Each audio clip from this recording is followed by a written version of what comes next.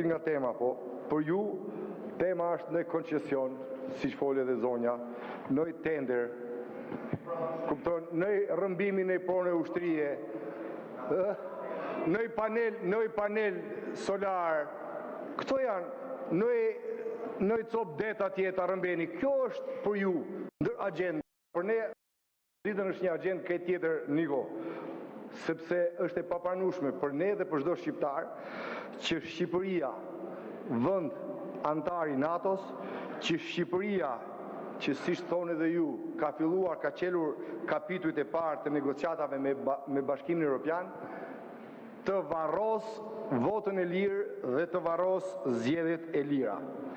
Sepse Niko sot, jo vetëm para shqiptarëve, por edhe para faktorit ndërkombëtar, është gjymtuar totalisht me vullnetin tuaj të plot politik, nga etja e sultanit tuaj, po dhe juaja, për të kacavirur me çdo kusht pas karriges, pra është gjymtuar demokracia.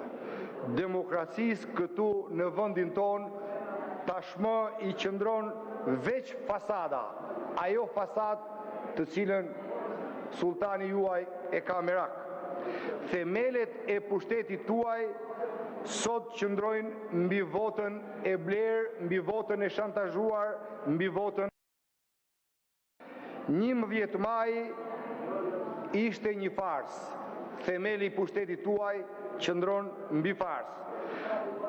Ishte fars sepse e pan të gjithë, shqiptarët dhe ndërkombëtarët, që në 11 maj nuk pat përballje alternativash mes opozitës, partive të opozitës dhe partisë së opozitës. Nuk pat përballje me programeve që paraqet njëra forcë apo tjetra forcë.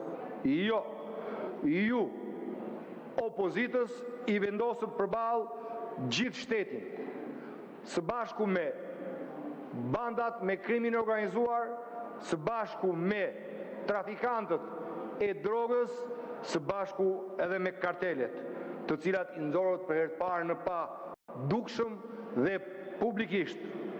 Ju sollët me 11 maj para shqiptarëve shtetin elektoral që bazohet në patronazhimin e dhunshëm, që bazohet në censurën mediatike, në kapjen e medjave. I kthyet shumicën e medjave të këtij vendi në media varikarlon, që jepnin vetëm sultanin dhe ju që bërit tallava dhe asnjë fjalë për Shqipërinë dhe për shqiptarët. Ju për faqen tuaj të zezë institucionalizuat këtë radhë tregun e votës. Shqiptarët prisnin që 11 maj të kishte votime dhe zgjedhje të lira. Por ju 11 majin e shndruat në treg. Kemi dëgjuar që në çdo qytet ka treg të gjës së gjallë, ka pazar, por pazarin e votës dhe tregun e votës ju e institucionalizuat. Me vendim qeverie, siç nuk ndodh askund, Edi Rama dhe ju blet 100 euro për kokë 570.000 pensionistë. Ju me vendim qeverie, në kundërshtim me çdo ligj, 2 ditë para zgjedhjeve, falet rreth 150.000 gjoba, blet rreth 150.000 vota, po me vendim qeverie. Pa llogaritur pastaj po vendimin e qeverisë për liçen Abisit. Ju blet me drogë, me vendim për drogën, ju blet vota. Votat i blet edhe me para kesh, i blet edhe me blerjen e kartave. Kemi gjetur rrugëve, tufa me karta, ja kemi quar skapit tuaj, por sigurisht ai flen edhe siç flen mbi çdo dosjen tuaj, flen edhe mbi ato karta. Ju aplikuat një skemë kriminale të trenit bullgar. Pranë çdo zyre, pranë çdo qendre votimi ishte ngritur një zyrë elektorale e fshehtë ku kalonin votuesit, merrnin fletën e votimit të plotësuar dhe shkonin votonin dhe ktheheshin aty dhe merrnin diku 100 euro, diku 300, diku edhe 500. Prandaj, zotrinj, pushteti juaj nuk ka legitimitet, sepse pushteti juaj nuk bazohet në votë. Ju e grabitet atë me çdo formë, ju me çdo mjet grabitet pushtetin. Ndaj as gëzoheni, as hidhroni dhe vetë jeni të habitur dhe s'dini ç'bëni, sepse nga paniku u turrët aq shumë sa që ju doli çdo gjë nga kontrolli. Sepse për ju, për Edi Ramën, standardet demokratike janë kinezrira. Për ju ka rëndësi vetëm rezultati. Jeni të vetmit në Europë që krijimin e një shteti kriminal elektoral e paraqitni si arritje dhe memburje. Këtë radhë treguat për turp dhe faqet zezë tuajën se shteti funksionon vetëm për një gjë në 4 vite, vetëm për të blerë votën, as një sekond për t'ju shërbyer shqiptarve, as një sekond për të punuar për ta. Ndaj dhe sultani juaj nuk paraqet program, ndaj dhe ai nuk do t'ja di për program, sepse vota nuk ka vlerë në rast se do ishte e lirë, por vota ka vlerë financiare, ajo shitet dhe blihet. Sepse keni ndërtuar një shtet që vetëm terrorizon dhe kërcënon qytetarët për tapijin e shtëpisë, për tapijin e pronës, e kërcënon për biznesin, e kërcënon pensionistin me pensionin, e kërcënon të smurin me kemp, e kërcënon hallexhiun me ndihmë ekonomike, e kërcënon qytetarin e thjesht me arrestim policor dhe sekuestrim çdo gjëje, nëse nuk i nështrohet presionit tuaj për votën. Një shtet që përdor dhunën dhe kërcënimin nuk është shtet, por është bandë.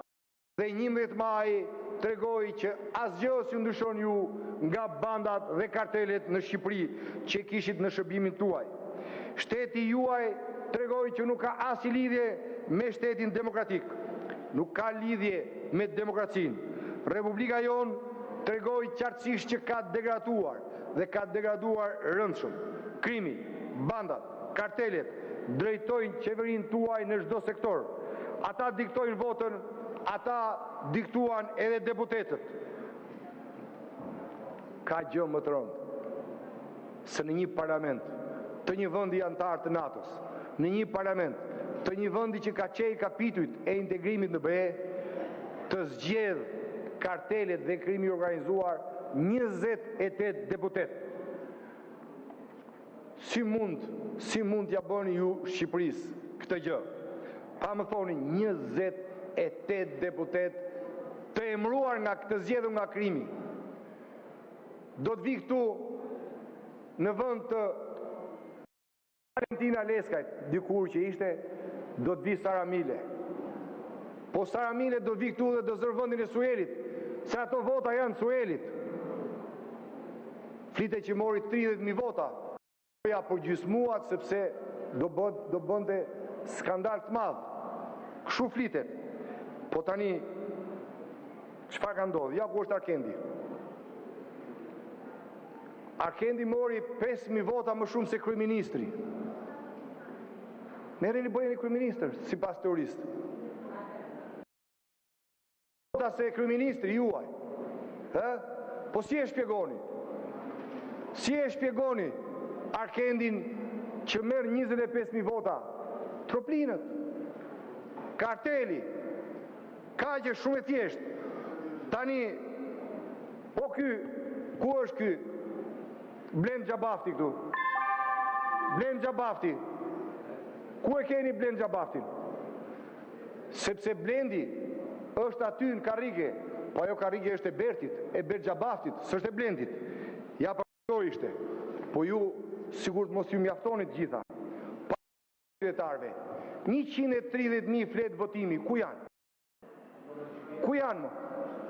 Pastaj, me që ky Tao Jaris po fletë të nga mrapa. shqiptarët në diasporë kërkonin që të votonin, por votoi Toyota Yaris. Mbaroj flamur. Shqiptarët kërkonin që voti atyre të numëroj dhe kanë futur GPS. Janë 500 qytetarë në Selanik që kanë futur GPS në Zarfa. Janë 500, janë 300 në Londër që kanë pjesët të regojnë që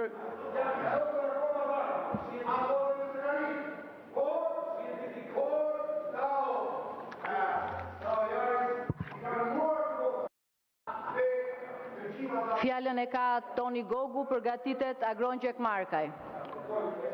Dhe replik të Ulan